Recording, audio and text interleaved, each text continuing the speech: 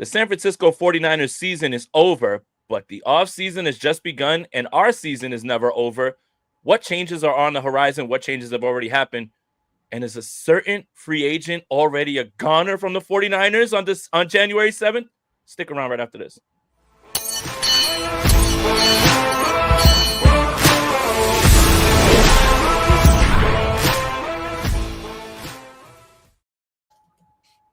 I'm Jason Aponte. That's Steph Sanchez. This is the Bully Ball Podcast on the Gold Standard Podcast Network.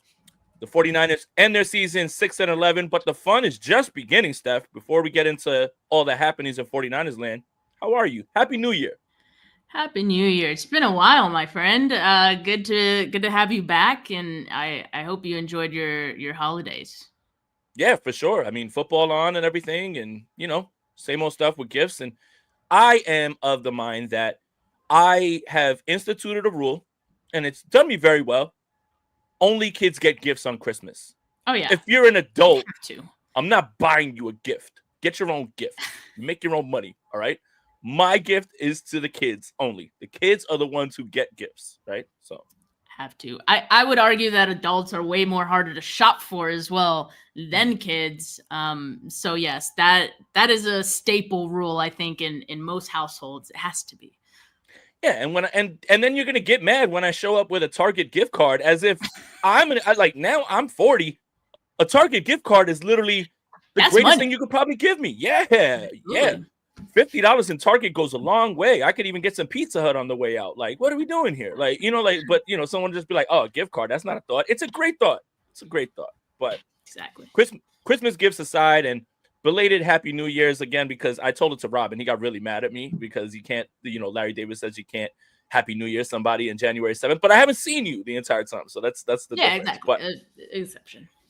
But no more Happy New Year's, Rob says. But speaking of Happy New Year, the 2025 season has already begun, and you start with the offseason, and we've already got our first change. Brian Schneider, the worst kept secret in the world, fired. Yes, I completely understand. It seems like anytime the special teams unit, for whatever reason, needed to make a play or just even be competent, it was literally impossible. Even on Sunday, you get hit again with a fake punt. And it's like everyone in the building and everyone watching knows that a fake punt is coming, but you guys. And you look like you've never defended it before. So the 49ers make the obvious move and move on from Brian Schneider. But, Steph, I'll ask you this. Does it even matter who the special teams coordinator is at this point? That's a great question, because I think the 49ers struggles with special teams has not been so much about, who the coach is, because, we remember Richard Hightower being the special teams coordinator not too long ago before the 49ers hired Brian Schneider. And if you look at what he's done, I forgot what team he's with now, but I do remember seeing that his I think it's the Bears, if I'm not mistaken. The Bears. So if you look at the Bears, if you look at his stats with special teams there, it has improved. And I believe this season he was like top 5, top 10 unit. So it's not so much the coach. That being said, I do feel like the 49ers have addressed special teams aside from the coach. Like this offseason or last offseason, they did a lot to address special teams, right? And aside from, Jake Moody and all that, even Mitch Wishnowsky, I think even on coverage, they tried to address that and bring in a lot of veterans, special teams aces. And we just haven't seen that turn into a good special teams unit. So I do feel like partially it has to do with coaching, could be partially personnel, but I do also think a large part of it, I have to imagine, is Kyle Shanahan's attitude towards special teams to begin with, because it's been very nonchalant, very much just don't ruin things for us. And when you're towing that line of just be mid, it's only a matter of time before you're steering the wrong way into being bad. And that's exactly what we've seen from the special teams. And so it's been weird because, yes, the 49ers have tried to address improving, the special teams unit by bringing in, players in free agency and all that, and, drafting a kicker in the 3rd round. But I think ultimately, like, Kyle has to care a little bit more about it. And I wish this special teams unit was mid. All the 49ers needed from the special teams unit was to be a net zero unit. Like, nothing. You don't give anything away, you don't add anything. But they were so bad that they were giving things away. And I think the problem is the philosophy towards the special teams. We're going to fix the special teams by allocating valuable draft capital to a kicker and a punter, third and fourth rounders. It's not peanuts, especially when you consider where the 49ers have found some of their stars. You know, Fred Warner was drafted in the third round, if I'm not mistaken. And you think that'll fix everything. But what's the problem is a special teams coordinator who comes in, it doesn't seem like it's something that's being paid attention to all the way through and through. And this season, if any, has highlighted the flaws in the roster building with the special teams unit fully. Meaning, yes, you went out there and, you know, McLeod gets added. He's definitely a special teams guy. You had Orenberg, special teams guy. George Odom, special teams guy. Okay, all of those things are fine. But where guys are, understanding, you know, where you're supposed to be on gunner when you have gunner responsibility. And it's funny because the 49ers haven't had a punt return, if I'm not mistaken, until 2013. Ted Ginn was the last time. So this special team stuff has been going on since before Kyle Shanahan got here. But what I mean by the roster building part is, sure, Chase Lucas, special teams guy, you bring all these guys in. It's not helping. Kicker, punter doesn't help. Here's why. Your third round kicker stinks. And every kicker that you brought in was really good. Your punter is getting outplayed by Pat O'Donnell, and you found Pat O'Donnell on the street. You didn't have to invest draft capital in Pat O'Donnell. And Pat O'Donnell is miles better than Mitch Wishnowsky. Miles. And he was sitting at home. The philosophy of we're just going to take this expensive draft capital and give it away to fix all this, and that'll make everything go away because Jake Moody's going to kick the ball out of the end zone every time. No, he can't. Mitch Wishnowsky's going to boom the ball down the field in a banana punt that doesn't exist every time. No, it can't. Pat O'Donnell can. He's the one that's actually kicking it down the field. And it highlights the arrogance in those picks and how you intended to fix the special teams with that roster building philosophy. Now, any special teams coach that comes in here now, you might be looking at a new kicker. You might have to really rebuild this all the way from, you know, the bottom down, like, or the top down, whatever it is. And then you find that you might have a weird decision to make where Mitch Wishnowsky, you cost too much. Jake O'Donnell's better and cheaper. You got to go, pal. I know a lot of people like the joke, whatever, booming onion, cool, all that. Pat O'Donnell's been miles better. Not even close. And in bad weather as well, too, with the punting. So, yeah, it is what it is. But the special teams, I think it's a little bit deeper than the coordinator. So we're going to find out. We're going to find out. You mentioned like Pat O'Donnell and him outperforming Wishnowsky, which he has, but you also forgot to mention Presley Harvin, who the 49ers had in the preseason and was also outperforming Wishnowsky. So I think that tells you right there, it's not too hard to do, especially for some of these guys that are signed off the street. We saw the same thing with Jake Moody, two kickers the 49ers brought in off the street that contributed and made their field goals, you know? So yeah, I think, look, we're saying care about the special teams, but at the same time, we're saying don't care so much that you're giving up draft capital. I think both of those things seem to conflict, but they go together because I think you can't overvalue players on special teams, but I think there's a way to do that while also caring about special teams and making it a part of what makes you a good team. And Kyle, so far, if you hear all of his comments like regarding special teams, and he has said, quote, like, I've always believed the key to special teams is just being sound. You always want to win the game on special teams, but the main thing is you don't lose it, end quote.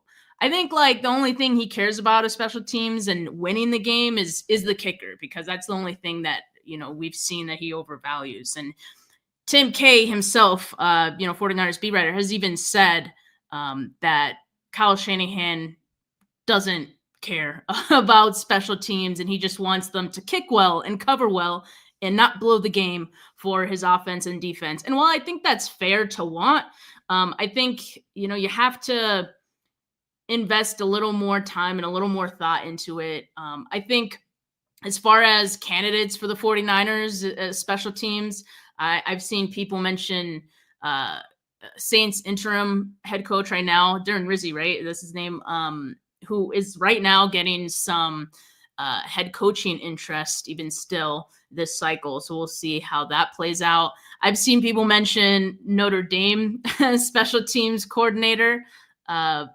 Biaggi. So we'll see. Less sexy to think about than like a new defensive coordinator, of course, which I think is next here on the docket to discuss. But there'll be options, I think, for the 49ers, and I hope that Kyle goes outside of friends and friends of friends. I hope he puts some thought into who's going to be the next special teams coordinator.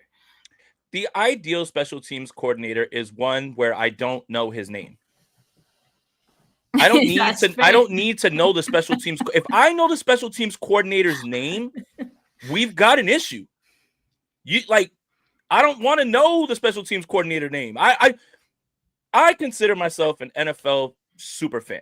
I can probably name out of the 32 teams just about everybody's head coach, offensive coordinator, defensive coordinator. Do not give a shit about any of their special teams coordinators. Like, that is not going to burn any memory in my. I am not going to lose valuable brain space trying to figure out who special teams coordinators are. And I think that that's the way that this, I don't care who it is. I don't care who it is. It's just got to be somebody who's a little bit better. The super chat, the unfaithful perspective. That's an interesting name.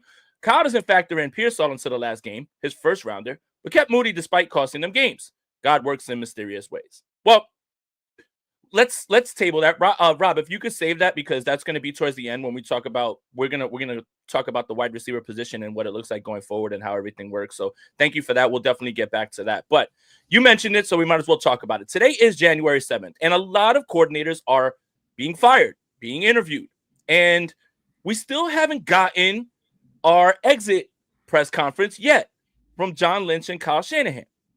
So, Steph, does that tell you something, at least in our tinfoil hat portion of the offseason, about what's going on with Nick Sorensen? Because for a while, it certainly felt like he was getting a vote of confidence from Kyle Shanahan, from Nick Bosa, from other 49ers players. And then the last few weeks, the 49ers defense absolutely gets worked, and especially 21 points in the fourth quarter to the Arizona Cardinals. Do you think that something changed in these last 3 weeks and now they're kind of just pushing that out? Here we go. Look, Tim K. A month ago, there were signs that Shanahan and Lynch were looking for reasons to keep Nick Sorensen as DC. But the longer the 49ers delay a DC decision and Shanahan's Lynch end of the year presser, the more I think the tide has turned a bit on this. Last few games were not great. All right, there you go, Tim K. That's what I was trying to say. But do you really believe that there's something to that? Because I want to preemptively say this. When the 49ers were done playing football, everybody had already gone through all their hiring because they were in the last game of the season. And they reached out to Belichick. He said no. They reached out to Spagnuolo, couldn't get that done. And then they landed on Nick Sorensen. So Nick Sorensen wasn't exactly first choice. And it was something that they kind of had to do very late. We found out at the combine, essentially, when that was going to be. That's in March. That's hard. And especially considering, hey, we're going to be drafting players based on this defensive philosophy and based on your plans. To have that all kind of happen late like that, it kind of put the 49ers in a weird spot as well, too. But now you've got all this time, and we still haven't heard anything yet on Sorensen. What do you think is going on right now? Yeah, I think what you said is true. Like, they were definitely behind the 8 ball when it came to finding a new defensive coordinator last season. That put them in a difficult spot. And quite frankly, that put Nick Sorensen in a difficult spot, right? To be the team's plan C, essentially, maybe even D. We don't know, because we know Jeff Ulbrich was, a name being thrown around quite a bit too, and they sniffed around on him last season as well. So for Sorensen to be the option D for this team and not have the same amount of personnel that D'Amico had in his first season, that even Steve Wilkes had a season ago. I think that's tough, right? And so I think a large part of the season, like I was giving him the benefit of the doubt too. I think the vote of confidence from Kyle and some players at the time that they did it, made a lot of sense. But I think with new information comes new opinions, and the new information has not been good. What was the new information? The last 4 games that the 49ers put together on defense was absolutely atrocious.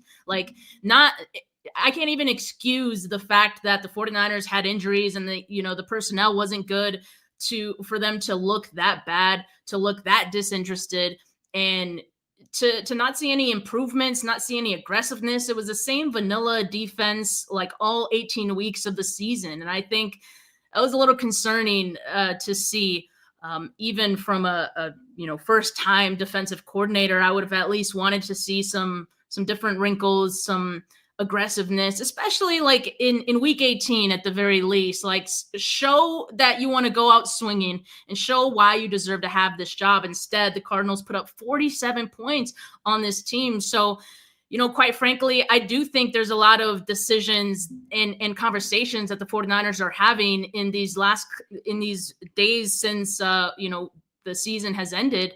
And I think they're kind of mulling it over still. I don't think they've made the decision to fire Sorensen yet, because if that were the case, we would have heard that already.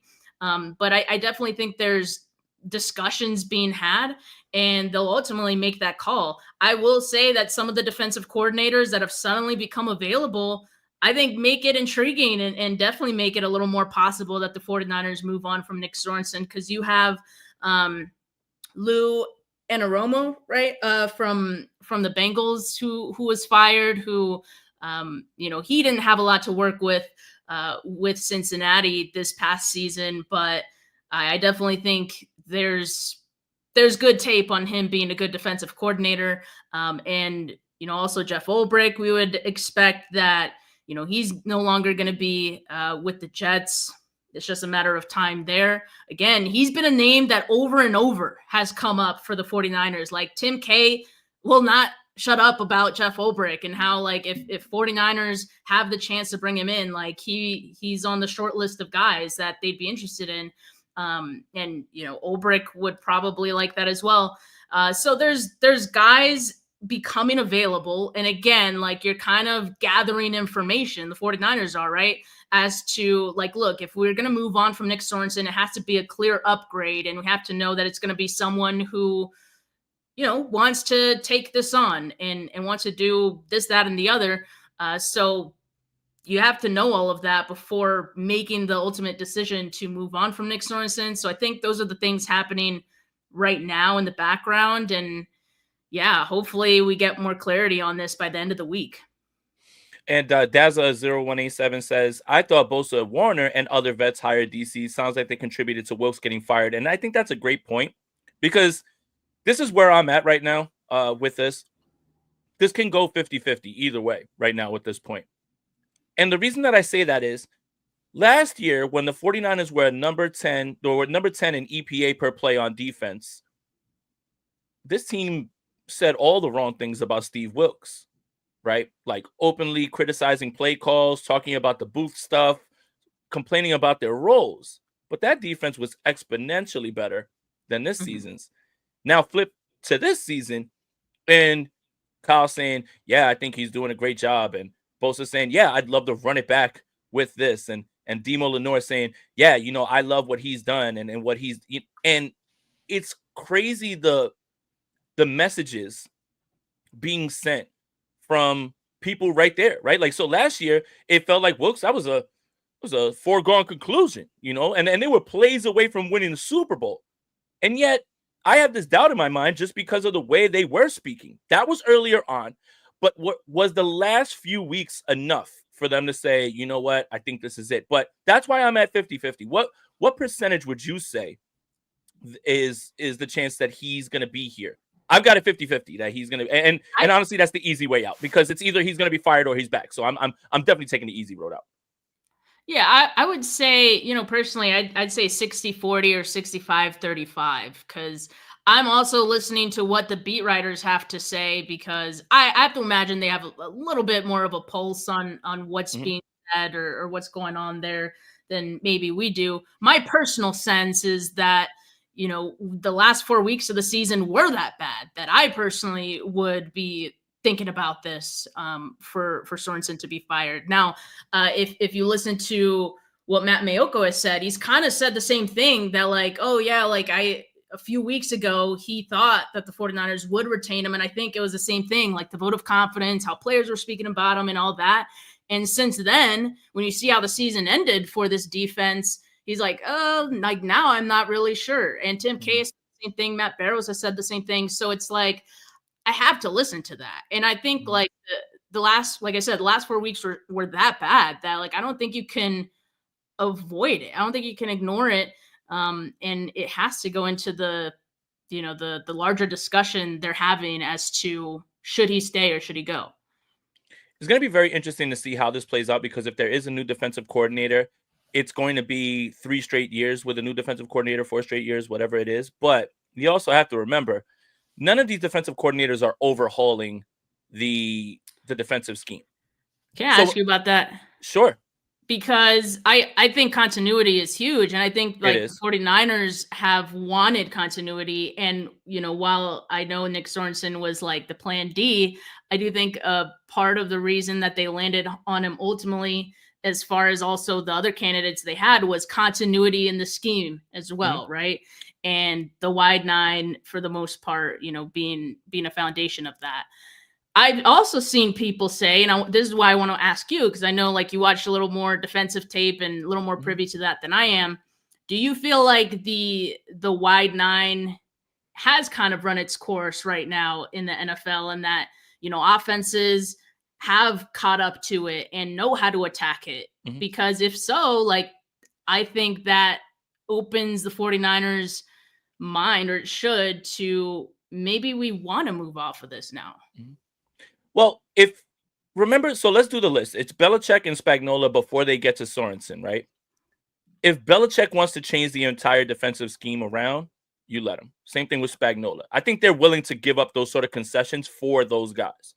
Well, with Sorensen, we don't trust you to have those sort of ideas, so we want you to run what we've had here for continuity. And as far as the wide 9, yes, it's particularly in the run game, it gets attacked too much, and it was happening last season with Wilkes, and it's happening again.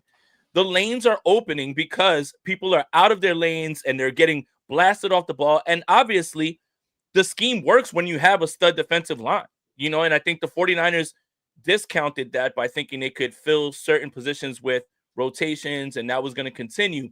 When it's Nick Bosa and a cast of, rotational players, you're going to get your ass whipped on the line. Like, that's just what's going to happen. Leonard Floyd was solid and everything. He has a great motor. But the wide 9 is just getting these guys out of their lane, blowing them off the blocks and everything as well, too, and just attacking with gap scheme more than like zone or anything like that. Like, you're able to just run the football at them, and it doesn't work unless you have all that personnel. So my question would be back to you is this.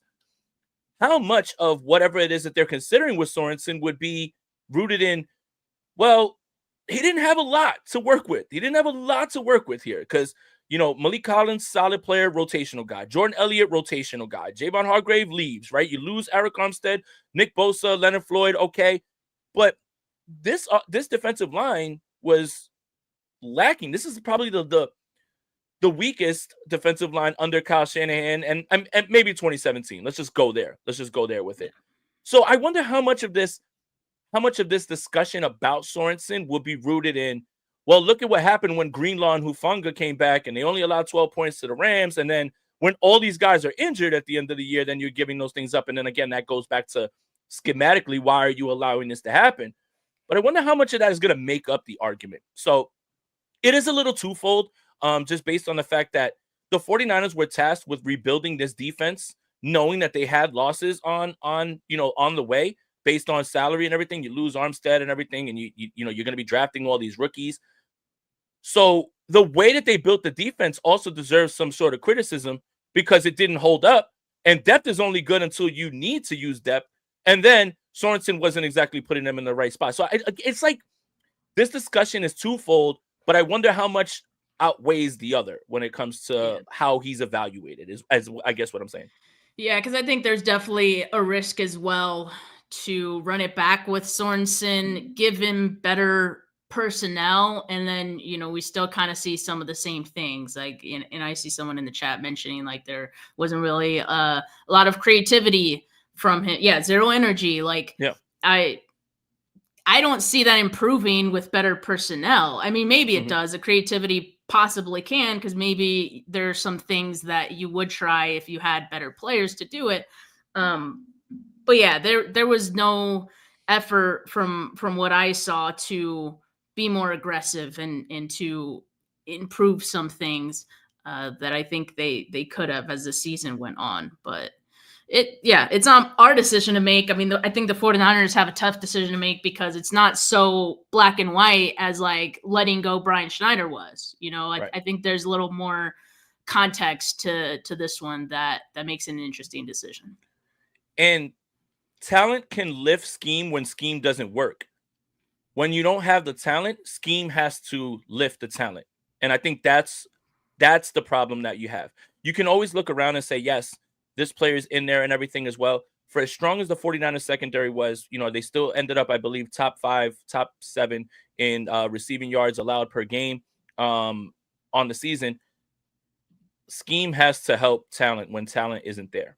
And I think that's the issue with everything else. Okay, let's switch gears a little bit, because it is the offseason and it's already time to start worrying about free agents and everything as well, too. So we wake up today because last night, Dre Greenlaw's significant other and Fred Warner's significant other posted on TikTok that they were having a going away party for their best friend, number 57, because he gone and he not coming back. And it's obviously sent the internet into a tizzy. Real quick, my thoughts on this is as simple as this. We're 49er fans. We should understand. Right after the Super Bowl was over, Brandon Ayuk, sister, we gone. This is why we're not coming back. We gone. Well, what happened? Brandon Ayuk, right? Back. Deebo Samuel, that video in the club of, are you coming back? And he goes, no. He came back. All of these things kind of play themselves out in the media. Now, what do they mean? Do they know something? I think what it means is this, and this is as simple as this. Dre Greenlaw is going to test free agency. It's absolutely going to happen. And perhaps there was a discussion on the exit interviews where the 49ers said, yeah, we want you back, but we want you back at this price. And Dre Greenlaw has been vocal because he was asked, what do you want for Christmas? And he said some money. So this isn't everything, but I don't think it's nothing. Like, we shouldn't be losing our minds over this and just already setting our mind to the fact that Dre Greenlaw is leaving. This isn't everything, but it's not nothing.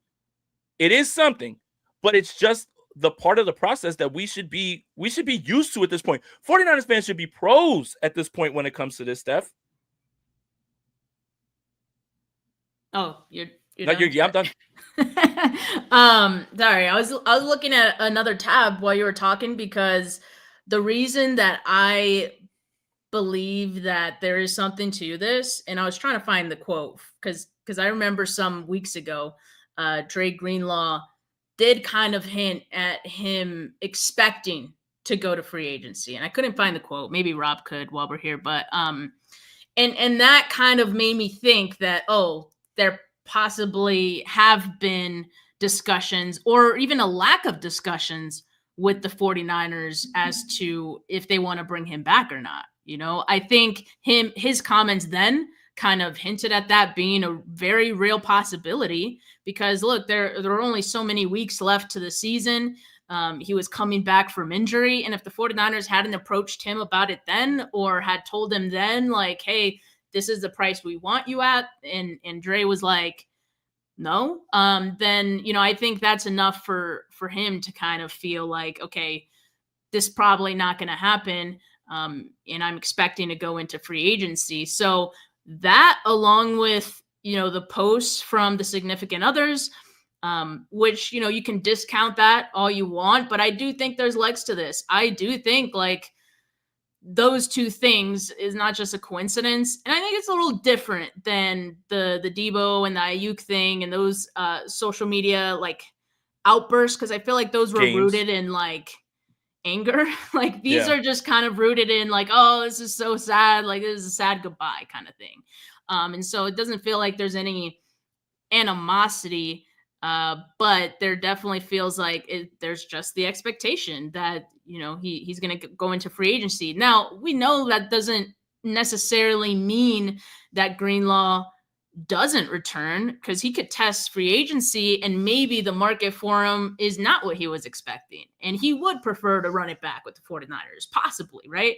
I don't think that's the case. I think Greenlaw is a great player. I think just in the the short time that he came back this season, I think that was enough for any team to be like, we got to get Greenlaw, right? And feel good about making that decision. So I do think he's going to go to free agency. I do think another team is going to pay for his services more so than the 49ers feel that they could.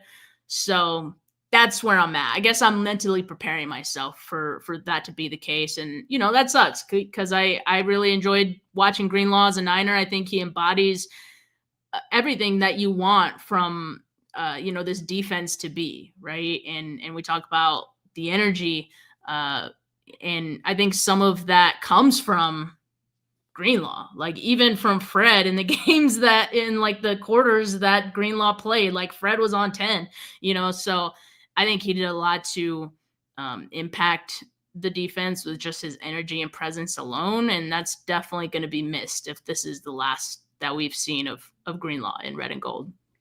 Yeah, people are definitely going to line up to pay Dre Greenlaw because they're going to bet that they can get him to bounce back from where he was, right? Like the Achilles injury might be a red flag to some, but there's always going to be teams that are just like, we got to swing for the fences because if we get 90% of the Dre Greenlaw that was there before, it still accounts for so much more than whatever's out there at the position. So, yeah, for sure, that free agency is going to go, and he's going to find that many teams are going to be there for his services, and that's right. It makes sense.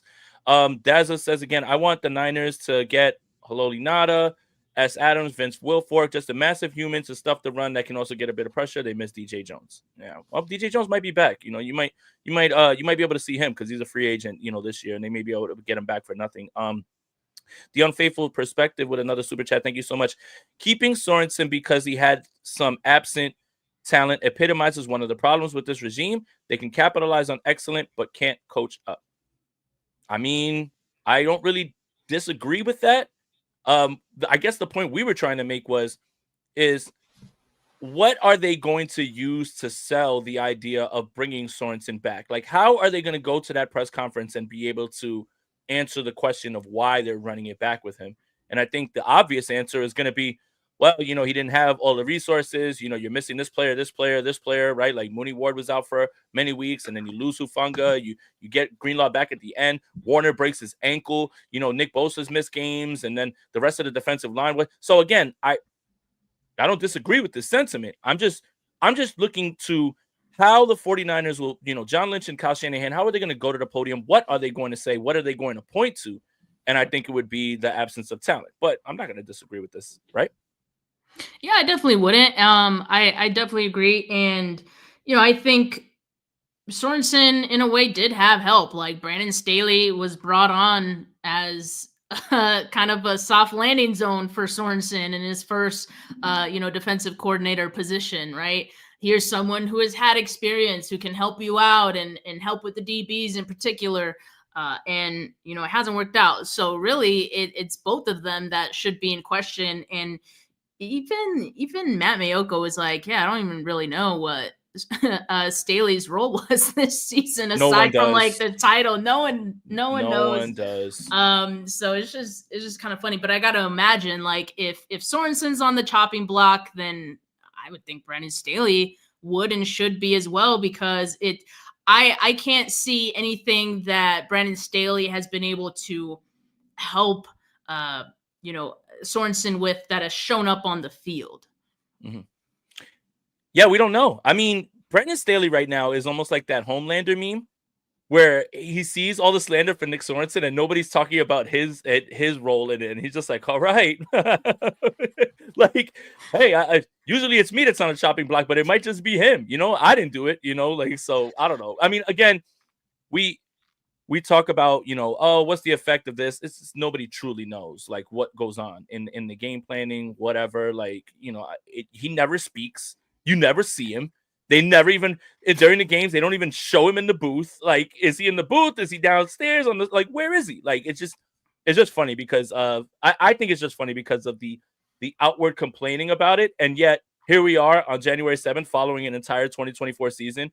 And we still have no idea. It's like, what would you say, Brendan Staley, you do around here? Well, I told you, I'm the assistant. I'm the assistant head coach. God damn it. That's it. It's literally it's him. What the hell's wrong with you people? I have personnel skills. I know how to use two high safeties.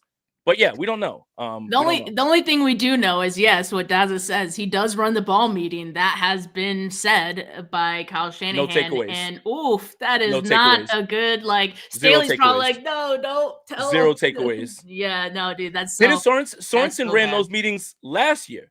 Yeah. And all they did was take the football away.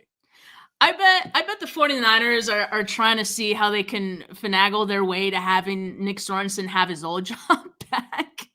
And like, just go back to where you were. Are you cool with that? And we'll just hire someone else. No pressure. We won't fire you though. I'm in my meme bag right now because it's gonna be John Lynch, Kyle Shanahan, and their new defensive coordinator, and then they'll put their hands in the middle, and it'll be the wood hand, like from Family Guy. They'll just push his hand out, like, no, not you, man, not you. But yeah, we're gonna find out. Again, I think it's a little bit telling that we haven't spoken to them end of year presser. I mean, not that we're gonna speak to them, that they haven't spoken. So we're gonna find out, and I do think this is a little interesting conversation because I think the only real way to get 49ers fans really upset is to bring him back. I think for the most part, if we polled 49ers fans, 98% of them would like to see a change from Nick Sorensen. So you'd really just be playing into that. So we're going to find out whether – and by the way, the 49ers don't give a shit what Steph or I or any of us think, by the way. So they're just going to do whatever they want. So that's why it's best to not get super, upset about these things because they genuinely don't care. If they cared, they wouldn't have drafted a third-round kicker. Sorry. Okay, last one. Done. All done with that or whatever. We don't have to talk about that anymore. Not like I care. Anyway, I thought it would be cool to kind of look back on the season and maybe do a little positional group. And I wanted to start with wide receiver because it does feel like wide receiver is the one that is the most interesting to start next season, right? You have the year that you pay Brandon Ayuk and you draft Ricky Pearsall, and then Juwan Jennings emerges and Deebo Samuel has a down year. And now Ayuk, ACL, MCL, which, by the way, it looks like he's walking around with no brace or anything like that. I'm not a doctor. I'm just choosing to take that picture and be optimistic about it. But next year, it could be Ayuk, Pearsall, and Jennings. Jennings is under contract for one more year. And then whatever you do with Deebo Samuel, or, I think that we've all gotten accustomed to the idea that Deebo won't be here. But again, what if Kyle Shanahan and John Lynch are just like, nah, we're good. We're not letting Deebo go. And then we know, like, that's the part that, again, while we all assume things, the 49ers run to the beat of their own drum. But I do want to say this, and I'm really happy that they did this the last few weeks. Ricky Pearsall by far ran the most routes last week, and he's looking to grow into himself. So that confidence that they have going into the next season with Ricky Pearsall is there, but it's just the questions about who's going to be here. Is Brandon Ayuk going to be there right away, week one? I doubt it. When is he going to come back?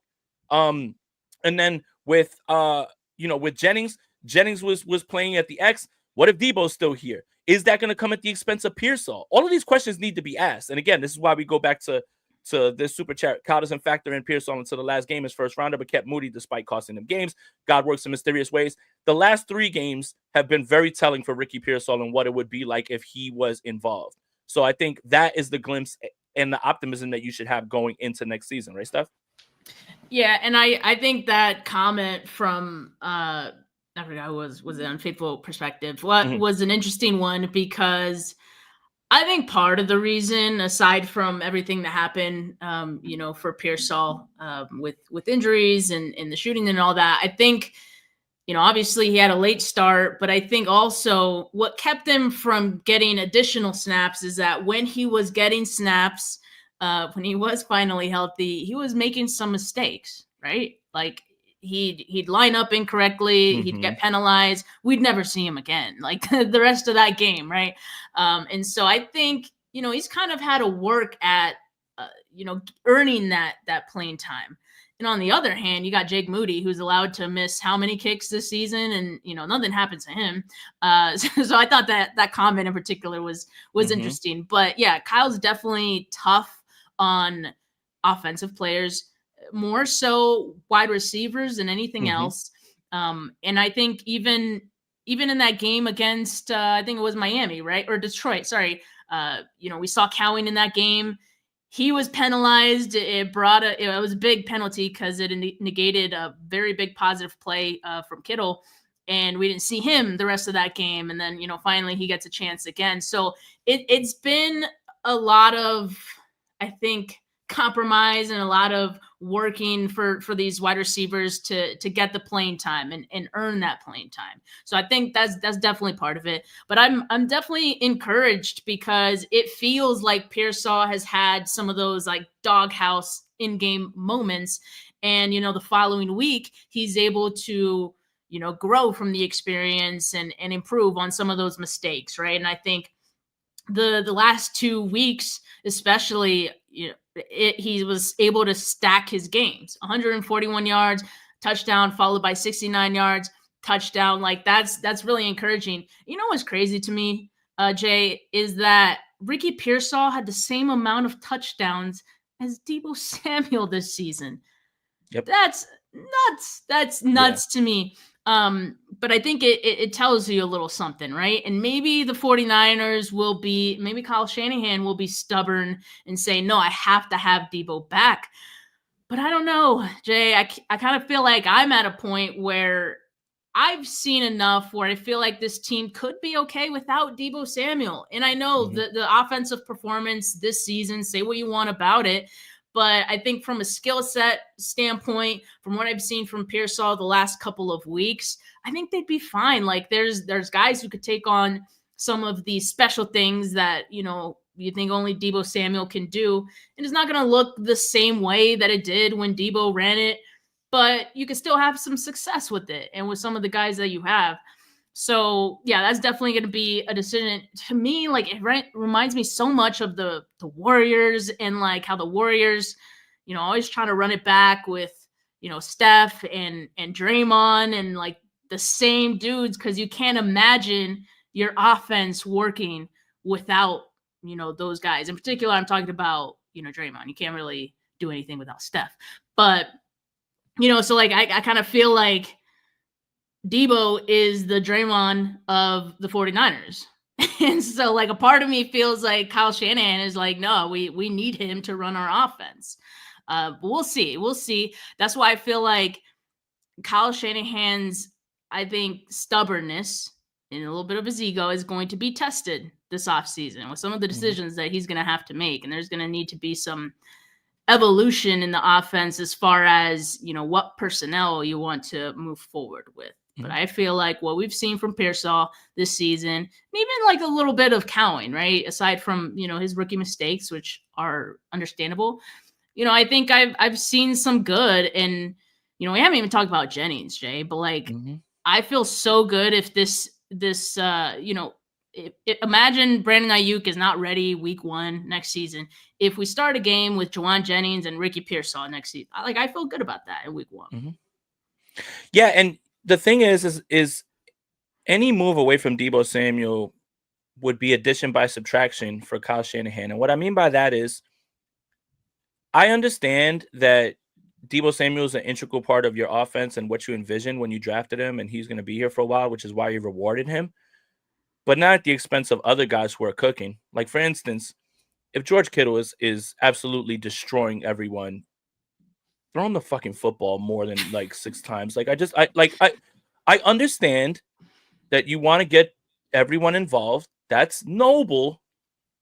But when you realize, hey, nobody can cover 85, he's having an incredible season, perhaps we should run the offense through him and not the person who's underperforming this season, because I have a memory that never can leave my brain of 2021 and what you think this player is. That's the part that a little bit of Debo's presence alone can be an issue, because now you're going out of your way to say we need to get him 8, 9, 10 touches rather than watching how the game is playing, watching who's playing well, which again we talk about. It's feel for the game. If Juwan Jennings is absolutely beating the shit out of his cornerback, throw him the football.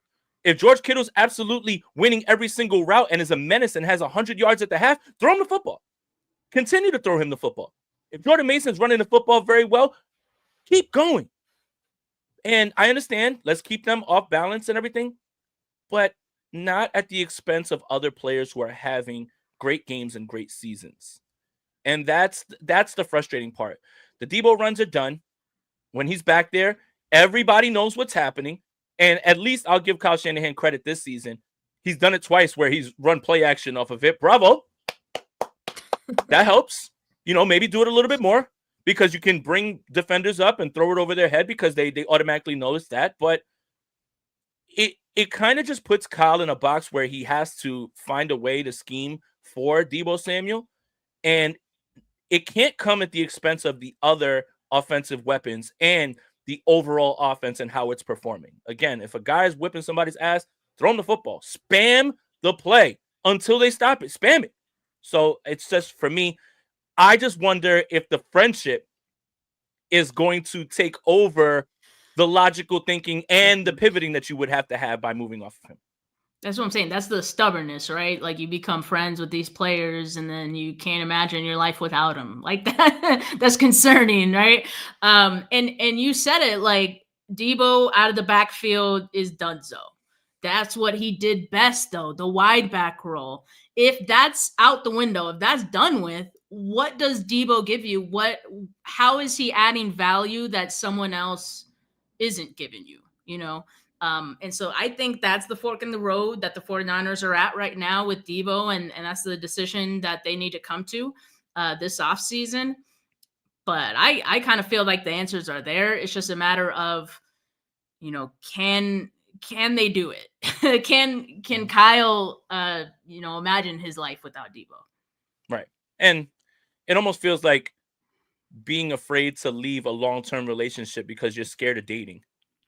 But don't let your wide back get in the way of finding your franchise player, right? Is that a good one? I thought that was an analogy was gonna go. Nope. Absolutely not. You are not. Don't do that. Let's do this. Sean. Everyone loves a wide back. Everyone loves a wide back is crazy. All right. So Sean says, and thank you for the donation, buddy. I think we should bring Saleh or Ulbrich back as DC. If this team underperforms, you have an interim head coach in the building and continuity. Brock at 58 M's is gonna get Kyle fired. So I'd love to bring Robert Saleh back or Ulbrich, but the other part is, and I think fans are discounting this part, is the 49ers will probably like go that way and look, but what if they don't want to be here? Mm-hmm. See, that's the part that I think is the hardest for everyone to kind of understand. Is I want a really good defensive coordinator. Cool. Last season, the 49ers told Bill Belichick, you can do whatever you want. Please come here. He said no. Kyle Shanahan was tired of getting his ass beat by Steve Spagnuolo. He asked him. He said no. And then they end up with Sorensen. I guarantee you they're going to exhaust all of the top defensive coordinator issues if they choose to go in that route. But it's going to boil down to whether they want to be here or not. Mm-hmm. And Robert Saleh's going to get head coaching candidacy jobs, interviews. Same thing with Ulbrich. They're going to have anything that they want to do. Like they're going to have many opportunities. But just because the 49ers don't land them didn't mean that they didn't try. And I guess that's my point, is if they don't get either of those two, it doesn't mean that the 49ers didn't try. But what have you ever thought if they even want to be here? Do they want to do that? And if they don't, then that's not the 49ers' fault. And then the Brock thing at 58 M's is going to get Kyle fired. I don't know if it's going to go that high. I know ML Football put out the projection, not always the most reliable source, in my opinion. What was the projection? I didn't see it. Something about like 158 guaranteed, 58 per. The second highest quarterback contract in history, right? But I think we're just forgetting about how the 49ers structure all of their contracts and how those things work and the total number. And we can't get caught up in all that. Right now, I don't think it goes that high. But I did like what Brock said about I don't want this to be a distraction. So we're gonna try to get this done quickly. I do like that. It was the right thing to say. Brock never says the wrong thing anyway. But yeah, I'm less concerned about the money and more concerned about how you're going to keep everything around Brock with that amount of money, because we have seen that he does need, just like every quarterback, he does need help to succeed. He can't do it all by himself. So it's going to be interesting to see. The Brock thing, we have plenty of time to kick the can on that and talk about it down the road. Yeah, we're not, this offseason is going to be long. It's going to be very long. Rob, thank you for the donation. Niners should fire their own Spags in Dennis Allen. Dennis Allen's not a bad idea either. Dennis Allen was a piss poor head coach, but he could be a good defensive coordinator. Wait a minute. Where have I heard that from? Never mind. But yeah, with the Saints, obviously flamed out. But again, the Saints were built poorly. Offensive line's bad. They had a ton of injuries. Obviously, Carr was injured, but he just wasn't a good coach. Like for that. But a good head coach doesn't mean that he can't be a good defensive coordinator. Dennis Allen is someone who is very seasoned, very experienced. And I think that's a lot of what has 49er fans frustrated is Sorensen's experience. I have slammed the table for the 49ers to find a defensive coordinator that could be a lifer, like a bad head coach or a defensive coordinator who was once a head coach that was bad at it, that teams are not even considering to be a head coach anymore. That is the perfect defensive coordinator for the 49ers because it would allow you continuity. And I mean, I think that's a huge part of it. And of course, like the defensive coordinator has to be a good one, but Dennis Allen, he's a good defensive coordinator. There's plenty others out there as well. So as part of my wish list, I don't have like a specific name, but like that would be one thing that I would look for in a defensive coordinator if I'm the 49ers. I just want to have continuity because there's always going to be someone interested in the next rising star, especially if it's coming from the 49ers. Like, Greasy's getting head coaching interest as well, right? Maybe Clay Kubiak does, right? He called plays in week 18, and maybe the 49ers are trying to help him out a little bit. So I just want some continuity. I want someone who's going to be able to build their defense without the worry of the 49ers eventually like losing that defensive coordinator to a head coaching gig. Yeah, let's just throw chaos all into this. Go hire Rex Ryan. Think about how fun it would be. That's not what I said. Think about how fun it would be to cover this team if Rex Ryan was giving us sound bites and quotes the entire time, man. Let's have some fun. I mean, obviously, I'm joking. Someone's gonna say Jason said to get Rex. No, I'm clearly joking. The feet jokes would be crazy. No, the feet jokes would be insane. All right, I think that's an exact perfect place, man. Show went right off the rails. Off the rails. Thank you guys for tuning in. Make sure you guys like this video, subscribe to the YouTube channel, and subscribe to the Gold Standard Podcast Network wherever you get your audio podcast. Make sure you follow Steph on Twitter at Steph49K. Buzzer beater for the super chat. Put it up, Rob. Let's do it. Since Kyle trusts Clay Kubiak to play call, I think he could be a very capable OC for Kyle. That is not a bad idea at all. That is not a bad idea at all. And I think he is probably trying to look out for his boys and try to show that they can have that as well too. But yeah, maybe Kyle is spread a little too thin. Pause. Like maybe he is just a little too many things on his plate. Too many, like not enough cooks in the kitchen, right? And he's got to do so many things. So maybe an offensive coordinator would help a lot, and it would help him with some of the personnel decisions and everything else as well too. So again. And by the way, that does not mean that Kyle would give up play calling. That will never in a million years happen. No. Make sure you follow Steph on Twitter at Steph49K. Make sure you follow me on Twitter at JasonAponte2103. We both have YouTube channels as well too. You might want to consider checking that out. There's a lot of draft content coming down the line. Senior Bowl's coming up. So we're not leaving you guys. We're locked in. The season has officially started because the offseason is where the next season begins. So we're already locked in. I hope Deep. you stay locked in with the network. It's a beautiful time to be alive, Steph. What a time. But for Steph, for Jay, we're out of here. Peace.